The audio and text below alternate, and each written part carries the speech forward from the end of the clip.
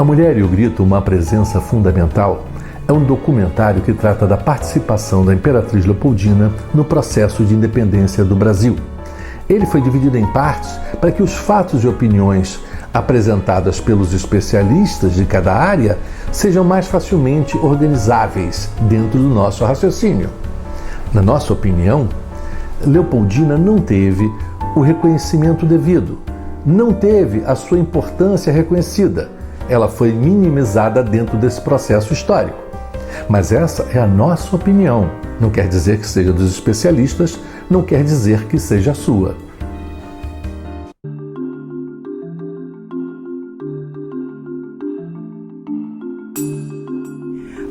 É muito recente o reconhecimento da importância da Leopoldina. E mais ainda, acho ótimo que a gente esteja podendo falar disso aqui, porque as pessoas, em geral, não sabem. Quando eu fui chamado para fazer esse trabalho da marca da Imperatriz Leopoldina, eu não fazia ideia da grandeza dessa personagem na história do Brasil. Nunca dei nada sobre ela no colégio, e vi que ela foi colocada como uma pessoa secundária quando ela tem uma importância muito grande na história. Bom, sinceramente, na escola eu nunca cheguei a ouvir, ou se cheguei a ouvir, eu não lembro de nada sobre a Imperatriz Leopoldina. Foi algo que eu comecei a descobrir, tive mais acesso a essa história muito legal através aqui desse trabalho, desse documentário.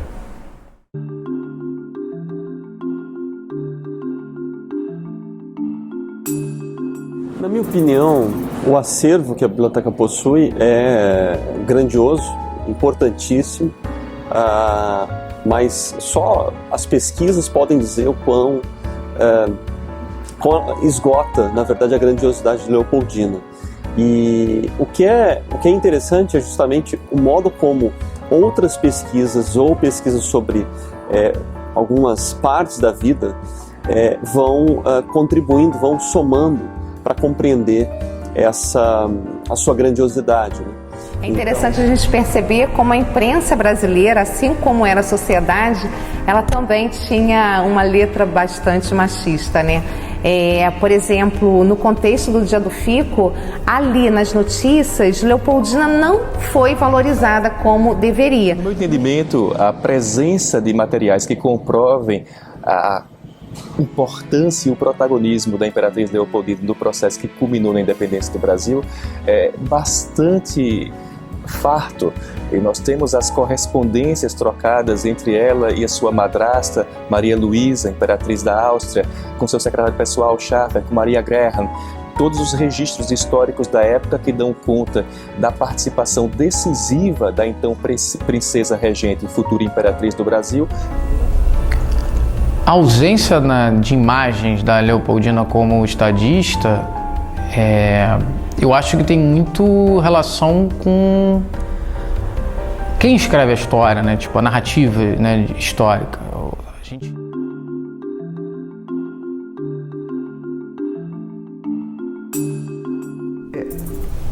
Vendo a história da Leopoldina e a história da independência do Brasil, é surpreendente a gente ver como a história é injusta e, na verdade, a Leopoldina era uma pessoa extremamente importante, ela fazia parte do Conselho de Ministros e ela estava o tempo todo próxima de José Bonifácio. Ela e José Bonifácio eram os dois apoiadores do Brasil e pressionavam Dom Pedro quando chegavam as notícias das cortes portuguesas exigindo a volta de Dom Pedro para Portugal. No entanto, várias fontes históricas, como cartas escritas por ela, apontam a importância dela na construção da ideia de permanência do seu esposo aqui na América. Eu acho que não dão o devido reconhecimento à Dona Leopoldina no que se refere à independência, né, do Brasil, porque a sociedade é muito machista, né? Quer dizer, até hoje as mulheres raramente elas são protagonistas políticas. Naquele tempo, então, enfim. Mas Dona Leopoldina foi fundamental, né, para a independência. Inclusive, o 7 de setembro foi consagrado posteriormente, porque poderia ter sido o dia 2 de setembro, o dia da independência. Foi o dia que ela fez essa reunião com o Zé Bonifácio, que está descrita nesse quadro, onde eles decidiram, então, a emancipação do Brasil em relação a Portugal. Pois é, a gente vê claramente com essa situação, com a história da Leopoldina e a importância dela na independência do Brasil, como a história nunca é contada pelo lado feminino. A gente tem, naquele primeiro momento, ali na sociedade do 800, são homens que fazem essa escrita da história, são homens que vão retratar essa história do Brasil. E isso não mudou muito também no início do século XX, né? Você tinha uma presença majoritariamente masculina na produção dessa historiografia. E se você tem uma produção majoritariamente masculina, o olhar sobre a mulher, o olhar da presença das mulheres é subdimensionado, é muitas vezes mesmo silenciado, apagado. E acho que isso explica também a ausência de grandes representações sobre a Leopoldina. Mas a história definitivamente não é justa, né? A mulher não tem o reconhecimento. Só agora que se começa a pensar e a se procurar saber qual a importância da Leopoldina para a história da independência do Brasil.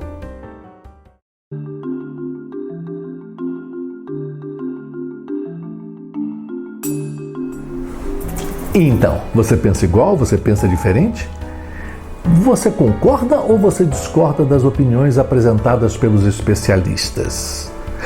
Ou será que você faz parte daquele imenso grupo, como eu, que na escola jamais ouviu falar ou nunca leu em nenhum livro de história sobre a independência do Brasil e a participação de Leopoldina nesse processo? Assista nosso documentário e tire você mesmo as suas conclusões. Quem sabe a sua opinião sobre a participação de Leopoldina enquanto mulher e estadista mude consideravelmente.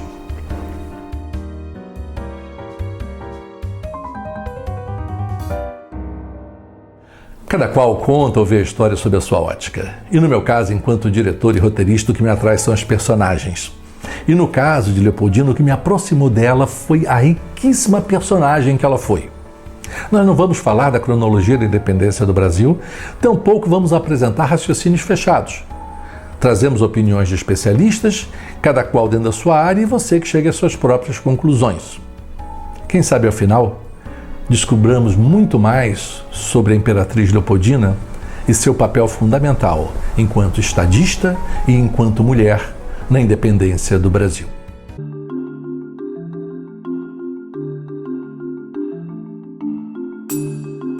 A história pode ser contada de diversas maneiras. Existe a história oral, existe a história oficial, a história oficiosa.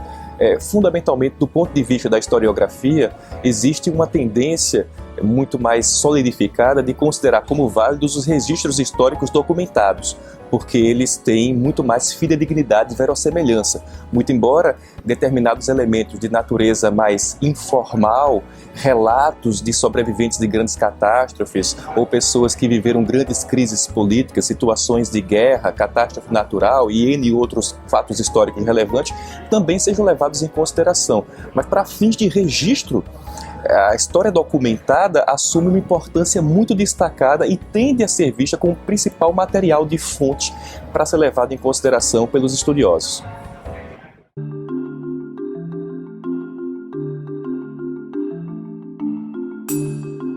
Então, a imprensa chegou aqui no Brasil de forma muito tardia.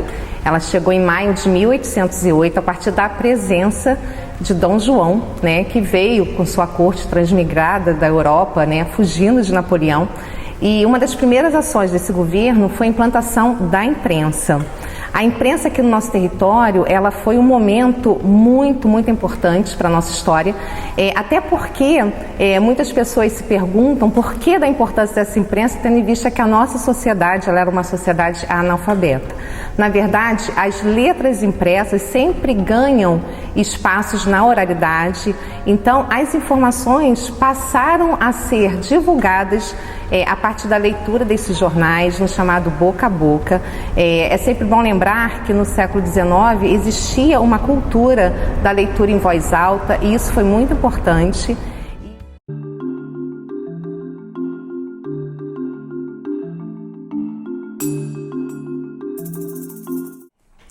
Uma personagem age como ela é, dentro de uma determinada circunstância dada. Isso é uma regra básica para quando você vai escrever, analisar ou dirigir uma cena. Para que possamos compreender a trajetória de Leopoldina, é preciso entender um pouco mais da geopolítica da época, e aí então o envolvimento da imperatriz com esse mundo. O reino de Leopoldina já era um reino conhecido pela imprensa e, por consequência, pelos leitores dos jornais. A todo momento é possível encontrar, dentro de uma pesquisa histórica, informações sobre a Áustria, sobre o Congresso de Viena. A gente não pode esquecer que o pai de Leopoldina, Francisco I, ele foi o grande monarca acolhedor do Congresso de Viena e também líder da Santa Aliança, e essas informações chegavam o tempo todo pelos jornais, deixando claro que essa jovem austríaca era oriunda desse grande império. Isso certamente deixava os súditos brasileiros bastante vaidosos, uma vez que falar em casamento no antigo regime era falar de uma política de Estado. Então, quando um príncipe contraía núpcias com uma princesa de um grande império, isso significava que o seu reino era um reino importante. Talvez o maior símbolo de monarquia absolutista desse período, símbolo, né, desse poder dos reis, seja a monarquia de Viena, né, ou seja, a monarquia da Áustria, né, do Império, né, austríaco, representado na figura do Francisco I. Tanto que o casamento que vai acontecer entre Dom Pedro e a Leopoldina é resultado dessa importância política desse reino na Europa e uma busca de Portugal, num cenário ali pós-guerras napoleônicas, né, pós a derrocada, né, de Napoleão e de alguma forma a tentativa de se reafirmar o absolutismo na Europa, de uma ação dos portugueses ao se aproximarem de Viena em buscar ter um apoio para além da Inglaterra, né, sair da sua dependência aos ingleses. Então traz essa aliança com a Leopoldina, casando, né, Dom Pedro, filho, né, de Dom João, com a Leopoldina, princesa austríaca, considerada, né, das maiores educações, né, dessa Europa absolutista, letrada. Cabe ressaltar que no período que Leopoldina veio para o Brasil, o nosso país era um mistério para o resto da Europa. Os nossos portos eram fechados até então, foi Dom João que abriu os nossos portos para as nações amigas. Então, por conta disso, o Brasil despertava muita curiosidade na Europa, principalmente, e por conta do casamento de Leopoldina, o Brasil ficou em evidência no seu império, e Hipólito da Costa, inclusive, ele colocou em uma de suas matérias, dizendo que Leopoldina estava atraindo olhares da Europa para o Brasil e que junto com ela, né, junto de sua comitiva, iriam vir pessoas muito importantes, senhoras de primeira grandeza, e que isso era um grande presente para o Brasil. Na Biblioteca Nacional do Brasil há um conteúdo central para entender a vida de Leopoldina, seja o momento antecessor à sua vinda ao Brasil, quando ela casa por procuração, até todos os momentos da vida familiar, da vida da corte, da vida do Rio de Janeiro. Esse livrinho aqui é uma tradução de um relato que o ajudante do bibliotecário da dona Leopoldina, né, o Franz Josef Frubeck, fez quando ele voltou para a Europa, contando a travessia dele, a travessia do Atlântico, a permanência dele no Brasil, enfim. Isso foi traduzido em 2017 e está publicado aqui. Isso é interessante a gente notar que, apesar de a grande parte da equipe que acompanhou a dona Leopoldina, a equipe artística, científica, essa equipe estava toda em outro navio, no navio Áustria, do governo austríaco. Mas dona Leopoldina, sua biblioteca e o bibliotecário, cujo ajudante é o Frubeck, estava junto com ela no navio português, Dom João VI, não é? Então a gente conhece esse navio a partir da obra do Frubeck, né, que ele desenhou, que ele era um desenhista amador, e escreveu. E é muito interessante você perceber que a importância que a Dona Leopoldina dava à sua biblioteca, não é? Não era só o livro ali, ela também tinha um bibliotecário para cuidar da biblioteca, para pegar os livros que ela precisava. Ela dava uma importância muito grande ao conhecimento, não é?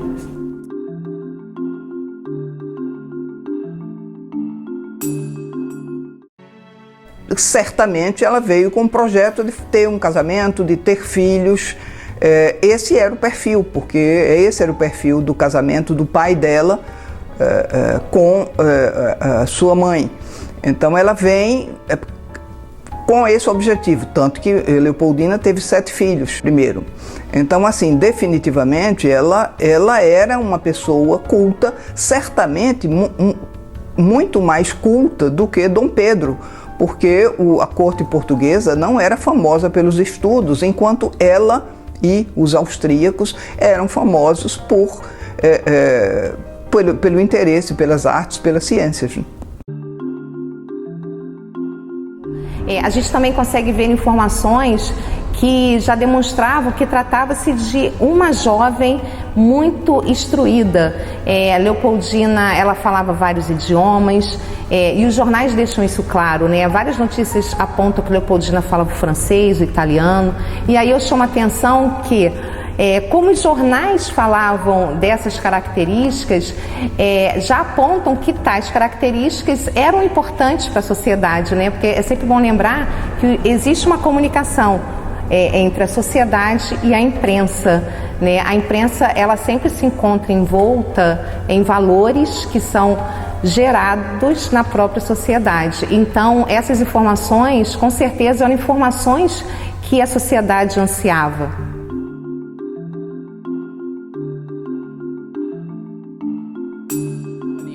E por que então casar, né? Na parte do Francisco, casar a Leopoldina com Dom Pedro, né?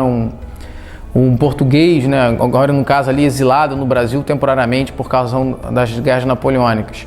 Porque para a Áustria também ter uma entrada nas Américas e num espaço como o Brasil era importante, tendo em vista que nós tínhamos naquele momento a Revolução Americana, que havia levado à independência dos Estados Unidos à formação de uma república.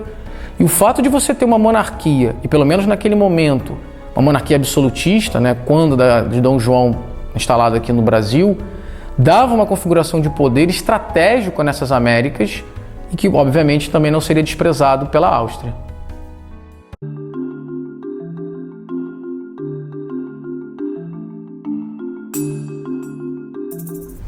É interessante a gente perceber o papel na imprensa na apresentação dessa noiva de Dom Pedro. Pelo que eu constatei na minha pesquisa, várias notícias a partir do final de 1816 já apresentavam Leopoldina como a futura esposa de Dom Pedro. As primeiras notícias sobre ela sempre vinham atreladas à imagem do pai, ao grande imperador do Sacro Império Romano Germânico, a um homem poderoso, acolhedor do Congresso de Viena. Isso fazia com que os súditos aqui no Brasil reconhecessem essa jovem austríaca como a filha de um homem muito importante. A expectativa da população geral com a vinda da Leopoldina e a própria recepção dela aqui no Brasil era de fascínio, era de admiração. Que os jornais, como um meio de comunicação possível naquela sociedade, propiciava com que a sociedade tivesse acesso a uma gama de informações sobre o casamento de Dom Pedro com Leopoldina. E quando a gente analisa as notícias sobre o casamento desses jovens, que é sempre bom frisar, né, que aconteceu em 13 de maio de 1817, por meio de procuração, Leopoldina se casou com Dom Pedro sem conhecê-lo. E todos esses fatos alusivos a esse casamento, as tratativas matrimoniais, eram descritos pelos jornais. Então, por meio das notícias, a gente consegue acessar, por exemplo, informações sobre a chegada de Marquês de Marialva em Viena, para pedir a mão da noiva em nome de Dom João para o seu filho. A gente consegue acessar detalhes do banquete nupcial que ocorreu por ocasião ao casamento, como eu disse, por procuração. Informações até interessantes, do tipo, os convidados foram servidos em baixelas de ouro e de prata. São inúmeras as informações e isso acabava, no meu ponto de vista, fazendo com que o leitor pudesse acompanhar passo a passo desse acontecimento. A sociedade, as pessoas que tinham acesso a essas notícias, seja por via da leitura ou por via da oralidade, acabava criando um mapa mental do que estava acontecendo e o que viria a acontecer. Ou seja, a chegada dessa noiva, dessa menina tão importante dentro dos cenários da monarquia mundial da época. Então a população, ela admirava esses monarcas, até porque para uma sociedade que ainda tinha ali resquícios, ainda mais a sociedade portuguesa, que tinha muita presença ainda desse imaginário de antigo regime, essa ideia mesmo de sacralidade da figura do rei, confundindo muitas vezes, né, com uma figura sagrada. Então tudo isso que permeava essa corte, esse imaginário monárquico, isso gera expectativa. Então as pessoas admiravam. Paulatinamente outras informações vão chegando por meio dos jornais. Então a gente já vai vendo aí uma jovem que vinha atrelada a um pacto entre nações, entre estados, e nesse pacto, nessas negociações matrimoniais, a gente pode ver que estava sendo fixado o início das relações comerciais entre Brasil e Áustria. Isso muito envaidecia os súditos brasileiros, porque significava que se tratava de uma jovem próspera que ia trazer o desenvolvimento aqui para o Brasil. Havia uma grande adesão popular à monarquia. A monarquia tinha esse apelo popular. Não é à toa que até hoje, né, quando a gente olha, por exemplo, o modelo inglês, com todas as críticas ou não, essa admiração, esse fascínio que causa em boa parte da população a monarquia inglesa, eu acho que a gente pode dizer que existia isso também no Brasil, daquele período lá do século XIX. Era muito comum a gente encontrar nas notícias dos jornais versos, canções, que muitas vezes os leitores enviavam para os jornais e os editores aproveitavam tais conteúdos para fazer parte da edição, e isso demonstra como a existência de uma cultura monárquica no tecido social. Então, por exemplo, nós temos aqui um verso que foi publicado pelo Espectador Brasileiro que dizia: as meninas brasileiras por exemplar devem ter Carolina Leopoldina, independência ou morrer.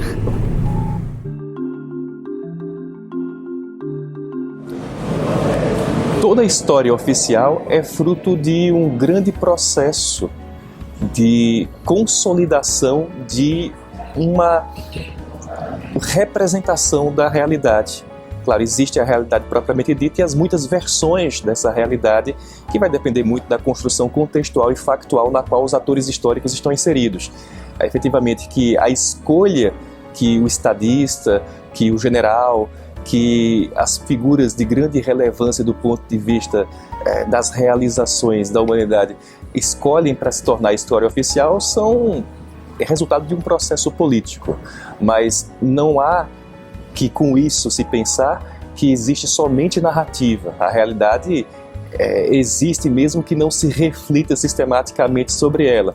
O que vai diferenciar é a posição de quem produz esse registro, e muitas vezes, para poder trazer uma maior verossimilhança à fonte histórica, é importantíssimo que se cruze essa referência com várias outras, para que, a partir das várias representações que foram dadas pelos contemporâneos do fato histórico, se possa enxergar esse fenômeno, esse fato histórico, aquilo que modifica e transforma a realidade, dentro dos diferentes prismas das forças que estavam envolvidas nesse processo e tinham, muitas vezes, visões diferentes, objetivos que também eram distintos, e aquilo no que eles efetivamente concordavam e faziam uma avaliação, quando não igual, pelo menos muito semelhante. Enfim, esses eram os mundos, se podemos assim dizer, de Leopoldina. O mundo que ela vivia na Europa e foi criada nele, e o mundo que ela veio descobrir e passou a amar no Brasil. Vamos seguir com a nossa narrativa e descobrir, quem sabe, se somos afinal contadores da história ou contadores de histórias.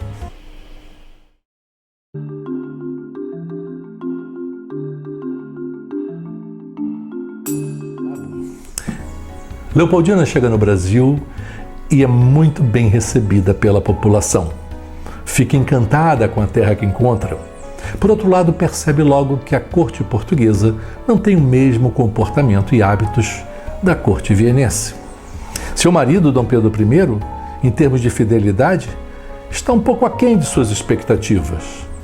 Nos jornais, as ideias liberais fervilham e são contrárias às diretrizes que havia recebido de Francisco I, seu pai, na Áustria, e pelas quais deveria se guiar enquanto estadista.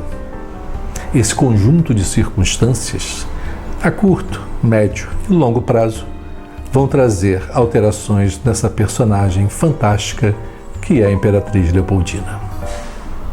Pois é, quando eu me deparei com a figura da Leopoldina, eu fiquei muito curiosa de como que essa mulher, uma austríaca, chega no Brasil e começa a se interessar tanto pela história do país, entra numa questão que seu marido estava vivendo, né, e da qual ela participa intensamente. Então, assim, é super curioso você ver o envolvimento de uma pessoa porque claramente Leopoldina ela adotou o Brasil como país, quer dizer, ela se encantou, pelo que a gente sabe, ela se encantou, ela vivia muito bem no Brasil. É bem interessante a gente perceber a preocupação dos jornais em divulgarem informações sobre a chegada de Leopoldina. Então, por meio da leitura de várias notícias, a gente percebe como a chegada desta jovem nobre foi preparada, foi cuidadosamente planejada. Então, por exemplo, quando a gente pega uma Gazeta do Rio de Janeiro, relatando a chegada dessa jovem, a gente consegue perceber toda a decoração festiva que foi preparada. A gente consegue saber que o chão foi ornamentado com ervas aromáticas, que foram preparados 3 arcos para acolher essa jovem nobre. Esses arcos festivos, eles inclusive contaram com a elaboração do artista Jean-Baptiste Debré, né? Eles eram totalmente ornamentados com flores. Eles traziam também as características dessa menina que estava chegando, o que se esperava dela. Um desses arcos, inclusive, traziam as qualidades que se esperavam das mulheres: bondade, doçura, sensibilidade. E aí é interessante a gente perceber que as qualidades da mulher estadista nesse arco não se faziam presentes. Precisamos rever o nosso conceito. Eu acho ótimo a gente estar discutindo aqui sobre a Leopoldina, porque era uma mulher muito forte. Quer dizer, imagina alguém afastada da sua família, sozinha no Brasil, com um marido que a traía, e mesmo assim essa mulher tem forças para tomar atitudes firmes, serenas e definitivas, como foi a assinatura do documento de independência do Brasil.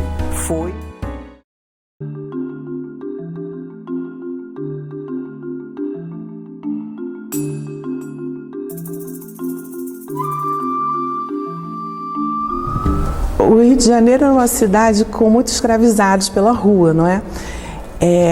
Agora, tinha uma elite política. Aqui tinha sido corte, a capital do Reino Unido durante muito tempo, e naquela ocasião Portugal queria fazer com que o Brasil voltasse à condição de colônia. A elite política, na verdade, não queria independência, queria continuar tendo um papel importante no Reino Unido. Inclusive queriam que a capital fosse, assim, de vez em quando no Rio de Janeiro, de vez em quando em Lisboa, tivesse 2 capitais, um reino com 2 capitais, onde o rei moraria durante um período numa cidade e em outro período no Rio de Janeiro, né? Lisboa e Rio de Janeiro.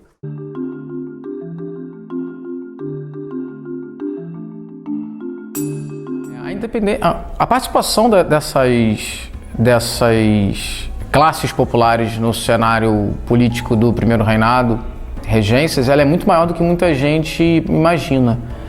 Os panfletos e os próprios jornais que tentavam ser essa voz, muitas vezes, da opinião pública, acabam também refletindo como esses ditos grupos populares entendiam conceitos, ideias, valores que estavam sendo discutidos e disputados entre essas elites.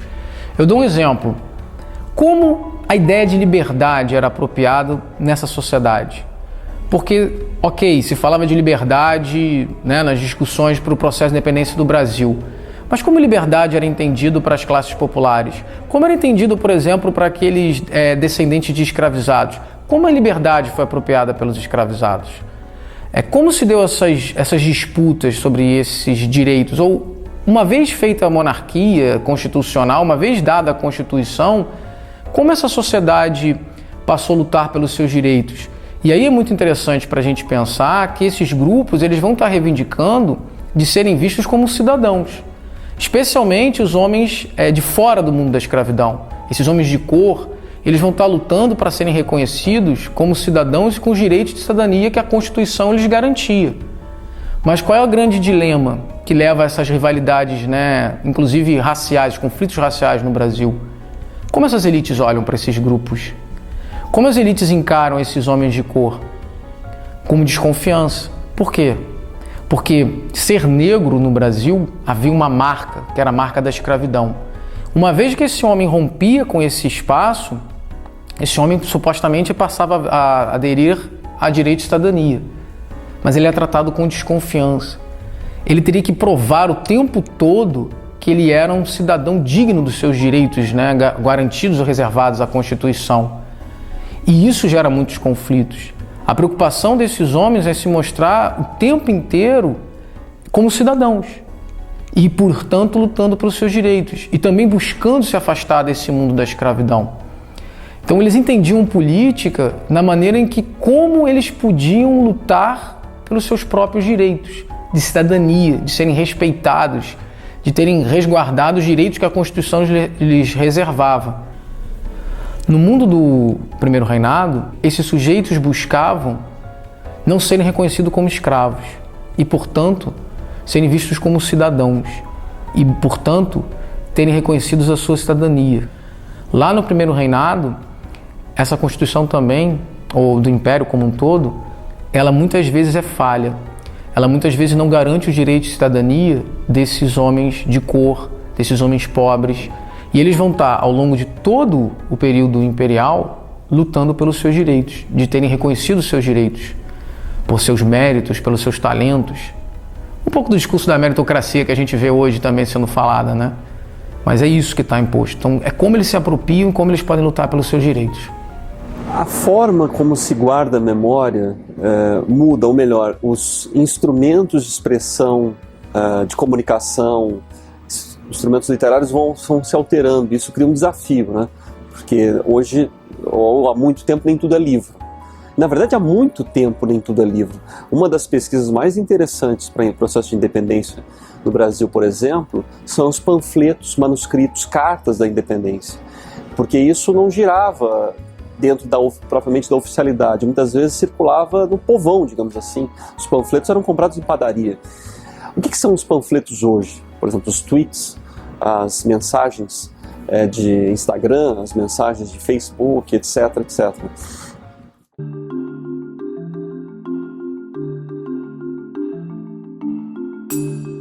É interessante a gente perceber também a mudança de Leopoldina no olhar dela sobre os brasileiros. É a mesma jovem que um dia sonhou em voltar para a Europa e rever sua família. A partir desse contexto do Dia do Fico, começa a ter um olhar mais carinhoso sobre o Brasil e sobre o povo brasileiro, e ela começa a abraçar a ideia de manutenção da autonomia aqui do nosso reino diante de Portugal. É sempre bom a gente lembrar que Leopoldina era filha de um homem, né, absolutista, no caso Francisco I, e o fato dela apoiar, né, esse rompimento entre Brasil e Portugal, ela de certa forma ela ia contra os desígnios do pai, mas ao mesmo tempo ela também salvaguardava a monarquia presente nos trópicos. A gente não pode esquecer que a América nesse período era envolta de república, né? A América espanhola já havia se fragmentado e existiam inúmeras nações que já haviam abraçado o republicanismo. Então, a presença de Leopoldina aqui no Brasil, com todo o seu empenho, acabou promovendo a permanência da monarquia no Brasil. Esses grupos populares, ou seja, sapateiros, libertos, comerciantes, homens de cor de uma forma geral, que viviam de bicos, esses sujeitos eles buscavam se informar com o que estava acontecendo, mesmo que muitos deles não fossem letrados, pelos jornais, porque algum poderia ser letrado e que um passasse para outro, então havia essa troca, né, nesses espaços, né, de sociabilidade que existiam aquelas praças, próprios bares da época, vamos dizer assim. Então eles tomavam conhecimento do que estava acontecendo de alguma forma e interpretavam à sua maneira discursos que estavam sendo postos nesses jornais, com uma ideia mesmo de liberdade. Então, como esses grupos vão apropriar a liberdade? Os próprios escravizados, de alguma forma, também recebiam essas informações. Então, como eles vão entender liberdade? Os escravizados vão ver nesse processo de tensão a luta pelas suas próprias liberdades, ou seja, pelo fim da escravidão. Não necessariamente da escravidão como um todo, mas pelo menos da sua situação de escravos, né? Daqueles grupos que acabam tendo as suas lutas ali pela sua liberdade, propriamente dita.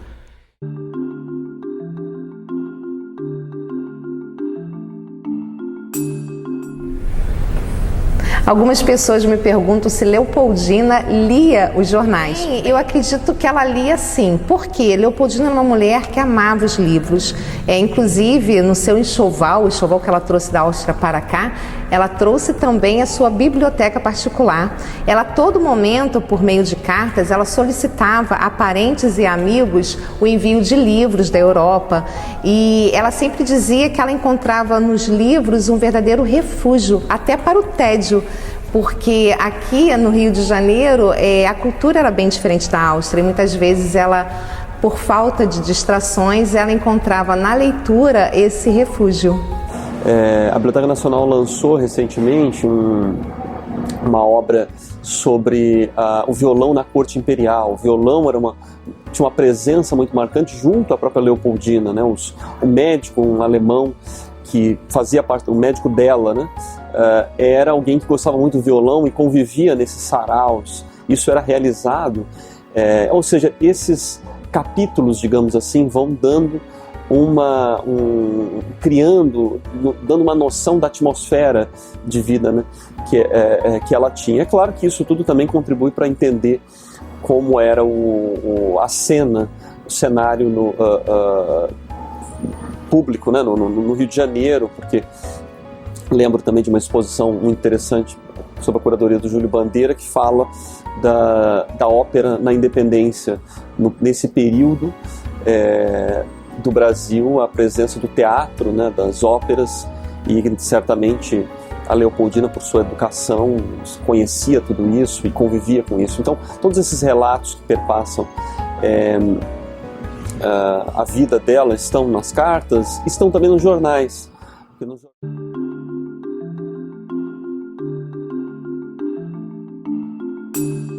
Poucos, Leopoldina, ela não era definitivamente só uma mulher de prendas domésticas, ela era muito mais do que isso.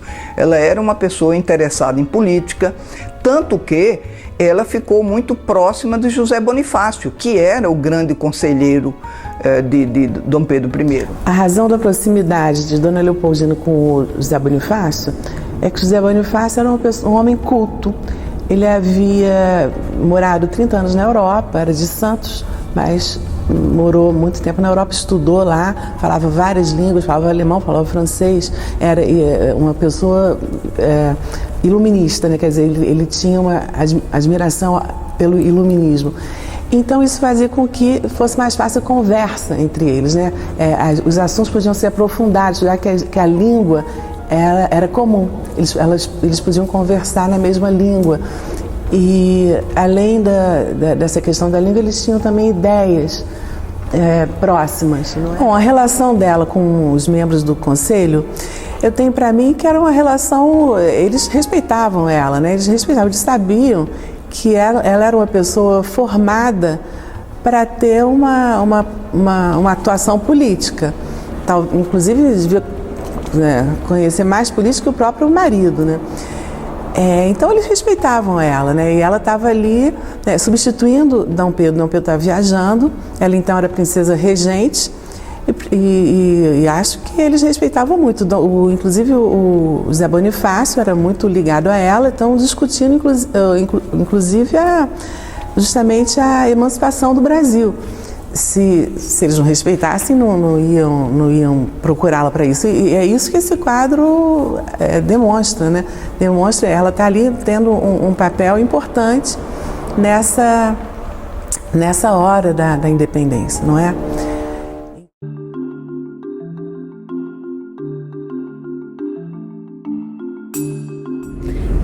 Bem, na minha opinião, eu não posso dizer que a imprensa teve um papel decisivo na queda do absolutismo, mas que ela otimizou em muito a propagação do liberalismo, eu creio que sim. Com relação ao enfraquecimento do pensamento absolutista aqui no Brasil, eu posso dizer, pelos estudos que eu acessei, que a imprensa otimizou em muito a propagação dos ideais liberais nesse período. Inclusive, é sempre bom a gente lembrar que uma das bandeiras que o liberalismo abraçava era a liberdade de imprensa, o que fazia toda a diferença para esse meio de comunicação. Leopoldina era uma mulher culta, inteligente, envolvida e principalmente, eu acho que o que me encantou foi o ativismo dela. Ela foi uma construtora da independência do Brasil.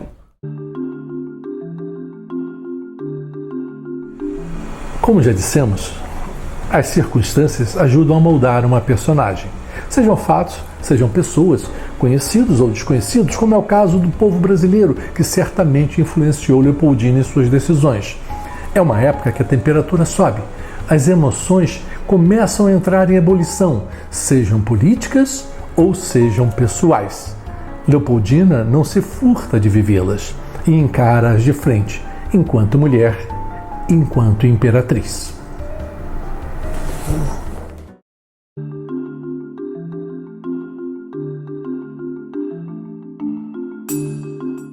O tênue limite entre a emoção e a razão. De um lado a coroa portuguesa, do outro o nascituro Império do Brasil. Uma monarquia absolutista, ou atendendo os anseios da população, optar pelo constitucionalismo.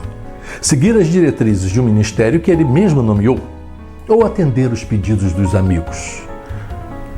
Entregar-se aos braços fogosos de Domitila, ou buscar abrigo e orientação no porto seguro do amor de Leopoldina. Sim, o proibido sempre atrai muito mais a atenção das pessoas e, sobretudo, o escândalo. Na verdade, era escandaloso como Dom Pedro fazia. Quer dizer, Dom Pedro sempre foi uma pessoa que teve muitas namoradas, muitas amantes, mas a relação com a Marquesa de Santos foi uma coisa muito mais intensa e muito mais aberta, descarada, todos sabiam. Então, era o escândalo da época, sim. Lembro, por exemplo, da passagem dele por Santa Catarina, quando ele escreve de lá, ele indo, né, tentando administrar, gerenciar o conflito lá com a Cisplatina. Lá em Santa Catarina ele escreve quase que a mesma carta à dona Leopoldina e também a Domitila. Então ele só muda, né, a amável esposa ou amante, enfim. E é claro que quando isso chegava, isso aparecia, ou era contado por pessoas da corte ou alguns jornalistas que também eram oposição política, mudavam o tom, né? Então, Dom Pedro sempre foi reconhecido como alguém que era um grande conquistador. Então, antes de Domitila e antes do casamento dele com a Leopoldina, ele tinha muitas namoradas, muitas amantes, né?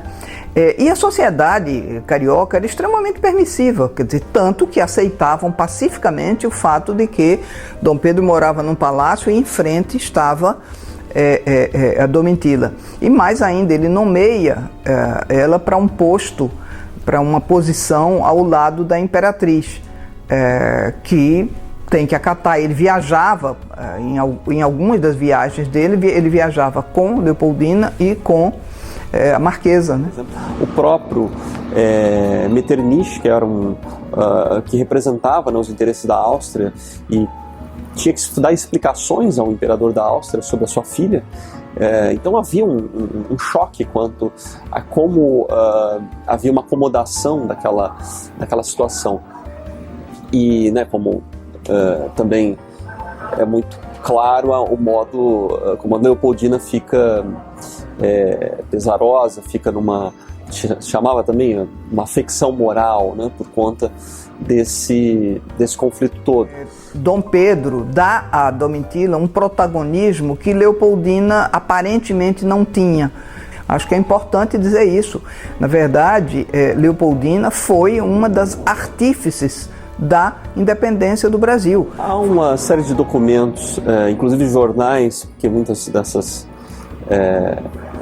desses conflitos conjugais se tornavam públicos, dão conta de como a presença da amante do Dom Pedro, né, da Domitila de Castro e Melo, era não apenas um fator amoroso, mas também tinha um elemento político da conexão com São Paulo, com uma elite do interior, com o próprio pai, né, da Domitila, e isso, claro, que chocava. Uma outra fonte de análise, de compreensão daquela realidade, que eram os estrangeiros, por exemplo.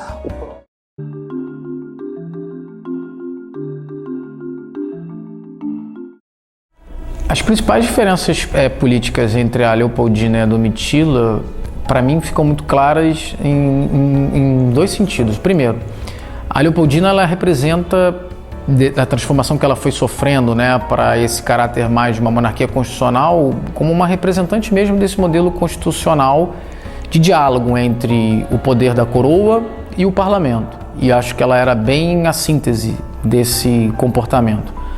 A Domitila, ela se comporta de uma forma muito mais dos bastidores de corte.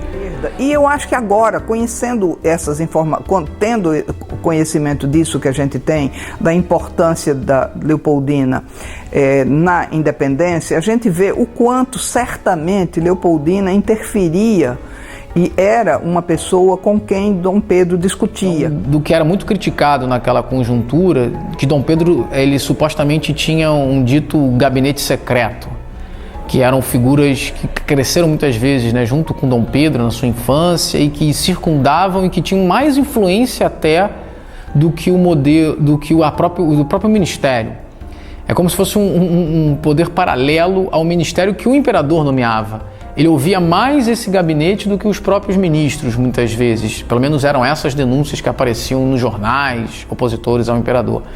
Então eu acho que que é o segundo ponto, eu acho que a Domitila está nesse outro grupo, nesse poder, digamos, paralelo, nesse gabinete secreto que influencia diretamente o imperador e que age muitas vezes em contraponto ao próprio ministério, em contraponto às próprias ações constitucionais, em contraponto ao próprio equilíbrio entre coroa e parlamento, que é, inclusive, a grande crítica que o Dom Pedro vai sofrer, principalmente após a saída, né, de cena da Leopoldina pela sua morte, desses arrobos, né, dessa dificuldade que o imperador tem em se relacionar com o parlamento, né? E muitas vezes a crítica que se fazia o ministério tinha uma ação, mas o governo tinha outra. Ou seja, o imperador tomava decisões muitas vezes contraditórias aos seus ministros. E essa desconexão, em parte, pelo menos na minha interpretação, tem da influência que a Domitila tinha, né, dentro desse grupo, ou de alguma forma de convencimento ao imperador em dar voz a personagens que não estavam, digamos assim, dentro do âmbito institucional. Porque, convenhamos, Dom Pedro estava sob muita pressão e era Leopoldina que dava a ele certamente uma estabilidade e uma conversa inteligente. Convenhamos, o Brasil estava muito afastado da Europa e da civilização, então era Leopoldina a pessoa certamente mais inteligente com quem ele convivia. Então a Leopoldina teria um comportamento muito mais institucional, respeitando esse viés constitucional, e a Domitila estaria exatamente nesse grupo alternativo, né, desse grupo paralelo, né, que atuava, né, no poder também, mas, né, por fora das instituições, ou por fora pelo menos dos regulamentos institucionais para aquela época.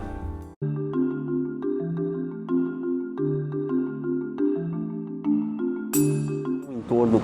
Chocava muito o fato da própria Domitila circular na corte, visivelmente, assim como a própria a Duquesa de Goiás, né, que a filha, a Dona Isabel, a filha com a Domitila, que foi colocada junto com os filhos legítimos do Dom Pedro de Leopoldina. Então isso fez com que ela expressava isso, né, esse desgosto, digamos assim, porque era uma mistura que era estranha a ela.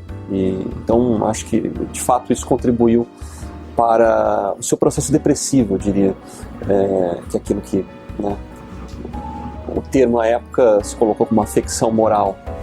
Em meados de novembro de 1826, já é possível encontrar várias notícias que apontam o declínio da saúde leopoldina. Nesse período também, a gente vai começar a ter acesso a diversos boletins, no caso foram 17, né, que apresentavam todo o desenrolar da doença que levou Leopoldina à sua morte. Esses boletins médicos eram publicados nos jornais, geralmente no dia seguinte ao parecer médico. Isso fazia com que a população tivesse acesso a informações sobre a saúde de sua governante. As pesquisas sobre a morte de Leopoldina não conseguem exaurir o assunto, no sentido que tinha aquela questão da afecção moral, o próprio Otávio Tarquini falava isso, a Mary Del Priori fala, né, recentemente, como, e através das cartas, né, da Leopoldina, a força que ela tinha de amar o Brasil e o Dom Pedro, né, talvez amou o Brasil através do Dom Pedro. Então. Em algumas fontes históricas desse período, como Cautselt, João Armitage, eles afirmavam que esses boletins de saúde tão ricos em informações eram para amenizar boatos que circulavam pela sociedade, dizendo que Leopoldina havia sido envenenada.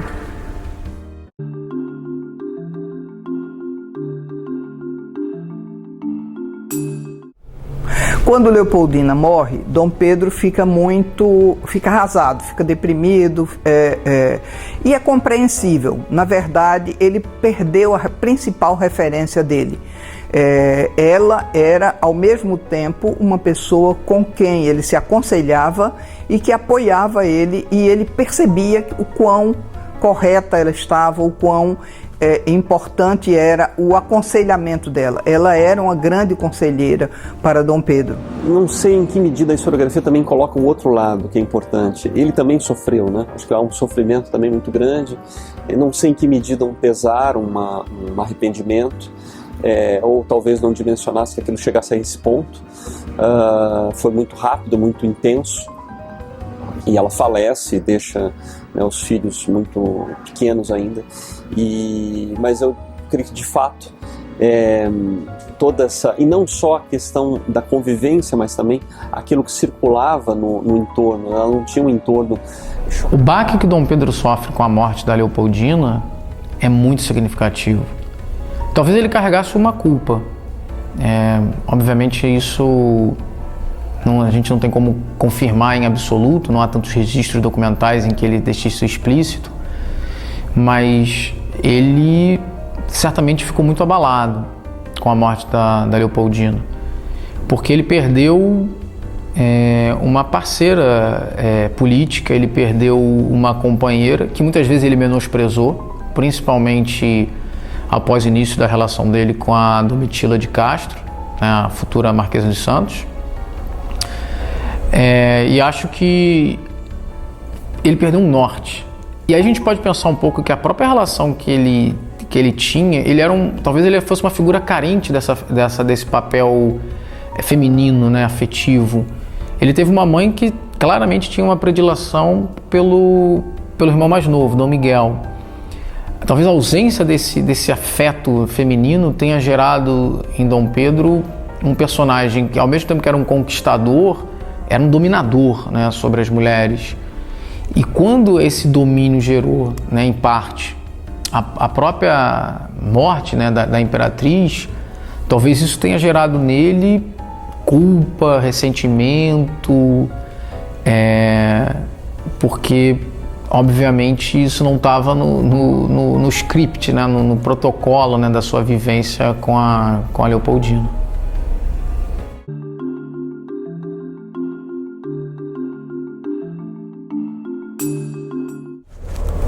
Em meio a inúmeras notícias que apontavam o declínio da saúde de Leopoldina, a tão temida notícia chegou, a de que a soberana havia falecido no dia 11 de dezembro de 1826. Por isso... A morte da Leopoldina, ela tem um impacto muito grande.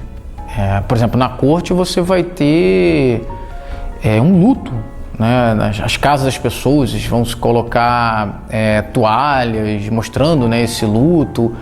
Os jornais vão repercutir isso de uma forma, né, da perda, né, dessa figura política, acho que agora já vista mesmo como, de repente, como estadista, né? Por esses dias, os jornais seriam impregnados de notícias que sinalizavam o sofrimento da população diante da morte de sua soberana. E nesse período também é bom sinalizar que nós já tínhamos jornais em várias províncias. Então, a notícia da morte de Leopoldina chegou a tais províncias e elas também publicavam em seus jornais os lamentos dessa sociedade. Então, são inúmeras as informações que chegam dizendo que o povo chorou a morte de sua soberana, que o povo, de forma coesa, se vestiu de luto. Notícias que falam de lágrimas, de pessoas chorando, de desespero público.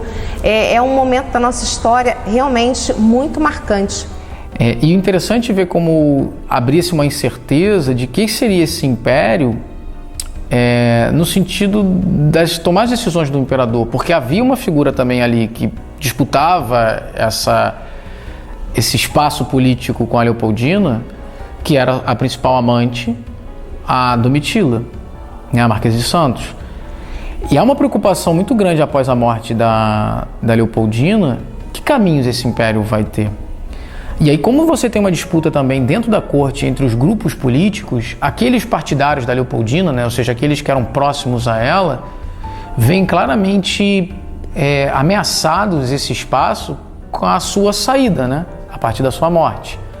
E aqueles grupos mais próximos da Domitila veem a possibilidade de avançar em termos de influência junto ao imperador, porque o Dom Pedro era bem influenciado, no caso já com a presença da Domitila, também, né, pela Domitila nesse tempo. Tanto é que a grande preocupação de algumas lideranças políticas opositoras a esse grupo de homens que circundavam o imperador e que eram vinculados a Domitila, que a gente pode, aspas, assim, chamar dos portugueses, pelo menos de nascimento, né? Muitos deles eram portugueses de nascimento, conseguir um segundo casamento para o imperador. E eu vejo assim, a busca do segundo casamento do imperador são duas estratégias ali postas. Primeira, afastar a Domitila e, afastando a Domitila, afastar o grupo político que com ela tinha entrada junto ao imperador, que era um grupo de proximidade muito autoritária, de um olhar mais autoritário de governo. E o segundo papel, trazer uma figura que pudesse de repente ser uma nova Leopoldina, né, ou alguém que fosse capaz de moldar esse imperador ou de dar a ele, né, um maior sossego, né, no seu jeito de ser, de conseguisse talvez trazê-lo, né, para uma forma mais serena de governo, né, mais pacificada, né, de governo na sua relação com o parlamento, por exemplo.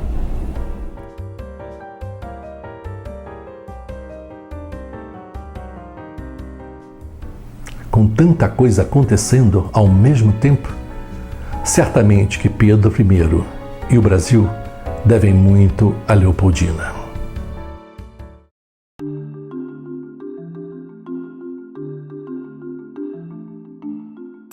A história não é justa ou injusta, ela apenas aconteceu. Mas será que no caso de Leopoldina não há registros suficientes para inseri-la nesse contexto histórico? Ou a sua ausência dos livros e daquilo que aprendemos se deve apenas a uma conveniência da narrativa da época? A minha opinião é que existe uma certa disparidade entre o peso histórico e protagônico da atividade da Imperatriz Leopoldina, fartamente registrado pela troca de cartas dela com a Imperatriz da Áustria, sua madrasta Maria Luísa, com a sua irmã de mesmo nome, com o seu secretário particular e com outras pessoas de destaque nos meios políticos da época, com os registros e atas do Conselho de Estado que mostram essa mulher de grande talento político, substituindo o seu esposo, o então príncipe regente, enquanto ele viajava a Minas Gerais e a São Paulo em busca de apoio político para poder concretizar o seu projeto de criação de novo Estado, e mesmo nas cartas que chegam ao imperador, futuro imperador Dom Pedro I, na época príncipe regente, enquanto ele chega às margens do rio Ipiranga, onde vai iniciar o seu ousado empreendimento. Ali, ela inclusive faz uma analogia da botânica, dizendo que o pomo está maduro e que Pedro deve colhê-lo já antes que apodreça, dizendo justamente que o momento histórico é crucial, que ele precisa tomar uma decisão definitiva e que o senso de oportunidade exige que ele leve adiante a separação definitiva do Brasil com Portugal. Paradoxalmente, toda essa relatada e registrada participação política acaba não sendo tão levado em consideração, muitas vezes por uma perspectiva reducionista e esquemática que procura contar a história da independência de maneira muito simplista, sem levar em consideração a participação não só da futura Imperatriz Leopoldina, mas de figuras de grande relevo, como é o próprio patriarca da independência, José Bonifácio Andrada, a importantíssima participação da Igreja nesse processo, de forças econômicas ali representadas, como os proprietários rurais brasileiros que não admitiriam o retorno do pacto colonial e a redução do Brasil à mera colônia de Portugal. Então é levar em consideração todo esse processo e saber que a história, para ser bem compreendida, demanda a miúde uma visão mais ampla, mais sistêmica, mais bem espalhada daquilo que a gente tem do ponto de vista das fontes históricas. Vendo a história da Leopoldina e a história da independência do Brasil, é surpreendente a gente ver como a história é injusta e, na verdade, a Leopoldina era uma pessoa extremamente importante, ela fazia parte do Conselho de Ministros e ela estava o tempo todo próxima de José Bonifácio. Ela e José Bonifácio eram os dois apoiadores do Brasil e pressionavam Dom Pedro quando chegavam as notícias das cortes portuguesas exigindo a volta de Dom Pedro para Portugal.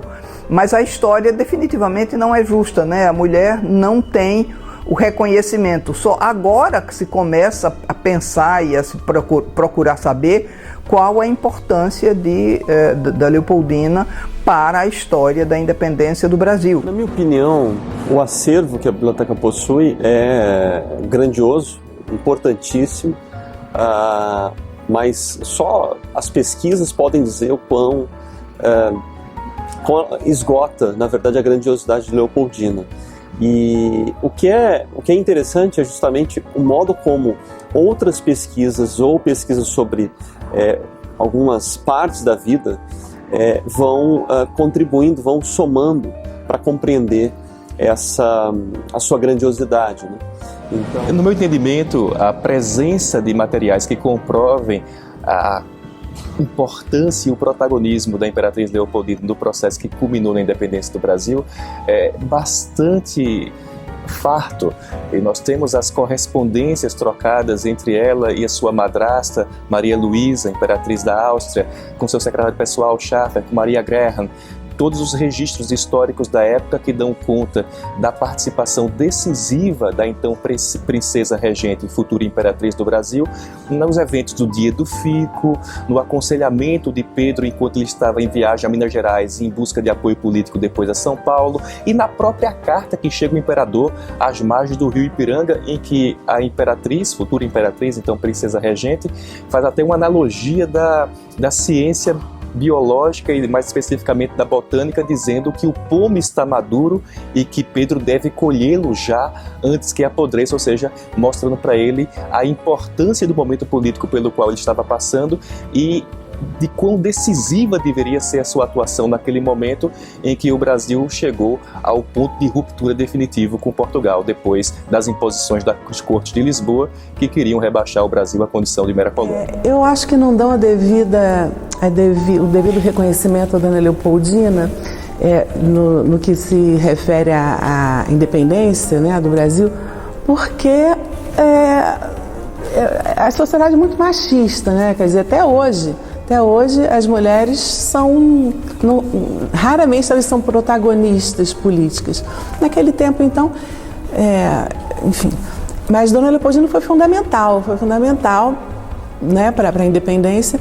Inclusive, o 7 de setembro foi consagrado posteriormente, porque poderia ter sido o dia 2 de setembro, o dia da independência. Foi o dia que ela fez essa reunião com o Zé Bonifácio, que está descrita nesse quadro, onde eles decidiram, então, a emancipação do Brasil em relação a Portugal. É interessante a gente perceber como a imprensa brasileira, assim como era a sociedade, ela também tinha uma letra bastante machista, né? Por exemplo, no contexto do Dia do Fico, ali nas notícias, Leopoldina não foi valorizada como deveria. No entanto, várias fontes históricas, como cartas escritas por ela, apontam a importância dela na construção da ideia de permanência do seu esposo aqui na América. Os jornais vão valorizar essa mulher posteriormente, principalmente na fuga dela após o Dia do Fico, quando houve a iminência, a possibilidade de uma invasão portuguesa. Inclusive, chegou até a ocorrer, de fato, o desembarque de alguns soldados aqui na cidade. Leopoldina.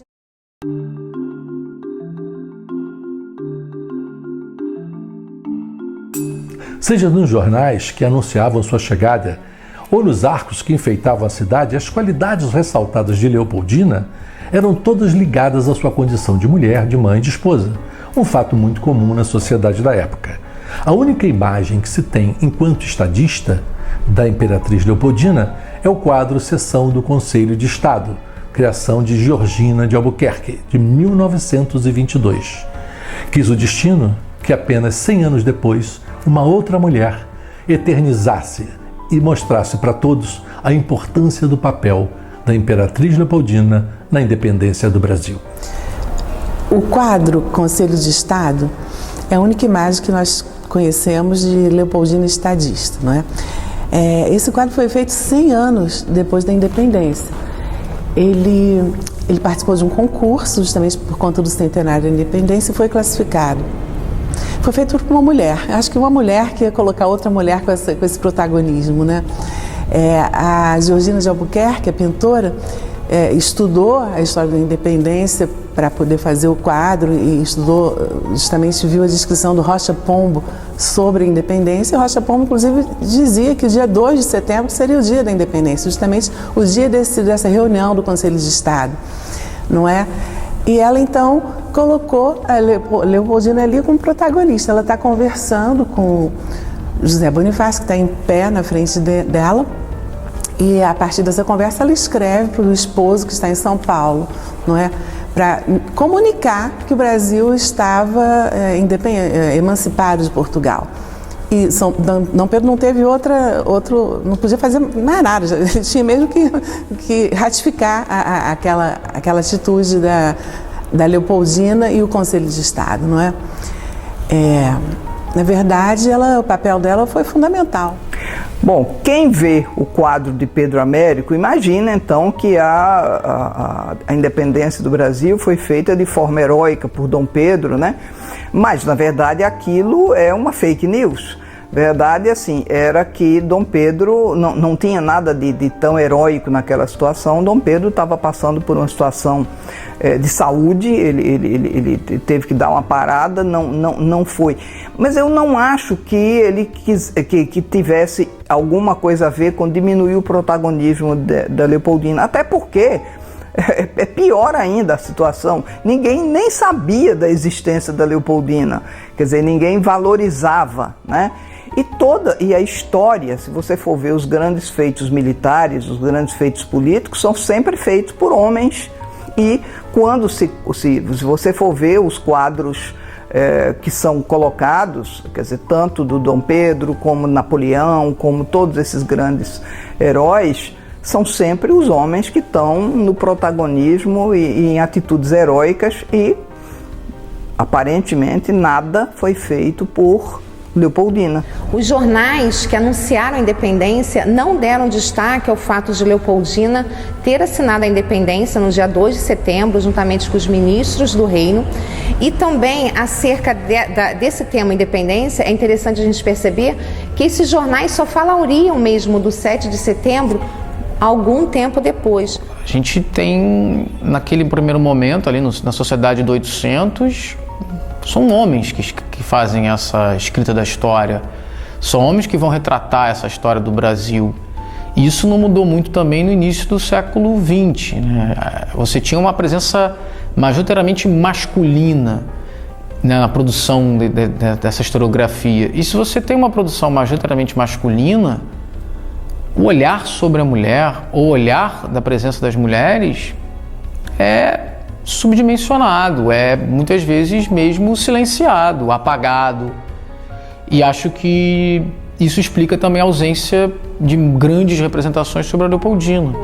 Para a gente ter ideia, no dia 12 de setembro, ou seja, alguns dias depois do Grito do Ipiranga, os jornais ainda se refeririam a Dom Pedro como príncipe regente.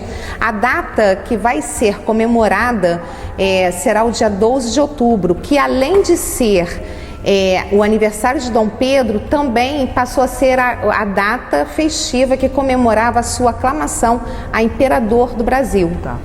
Pois a gente vê claramente com essa situação, com a história da Leopoldina e a importância dela na independência do Brasil, como a história nunca é contada pelo lado feminino. A ausência de imagens da Leopoldina como estadista, eu acho que tem muito relação com quem escreve a história, né? Tipo, a narrativa, né, histórica. É muito recente o reconhecimento da importância da Leopoldina. E mais ainda, acho ótimo que a gente esteja podendo falar disso aqui, porque as pessoas, em geral, não sabem. Leopoldina. Não por acaso é a reforma, né, e ampliação desses espaços acadêmicos, a presença de mulheres que vão possibilitar pesquisas que tenham essa preocupação, esse olhar, esse cuidado de dar esse protagonismo às mulheres, como a Leopoldina. Porque não foi só a Leopoldina que foi protagonista do processo de independência, outras tantas mulheres estiveram presentes nesse processo, mas que foram por muito tempo também silenciadas. Acreditamos que em sua curta passagem pelo Brasil, Leopoldina cumpriu digamos, com êxito a sua missão, seus objetivos. Mãe generosa, gerou filhos que possibilitaram a continuidade da monarquia brasileira, mesmo em sua ausência de Dom Pedro. Foi a esposa presente, ao lado do imperador, nos momentos mais íntimos e mais difíceis. Uma ativista com visão de futuro, a mulher que praticou o ato fundamental à nossa independência. Leopoldina certamente foi uma das principais artífices da independência do Brasil e merece ser reconhecida como tal.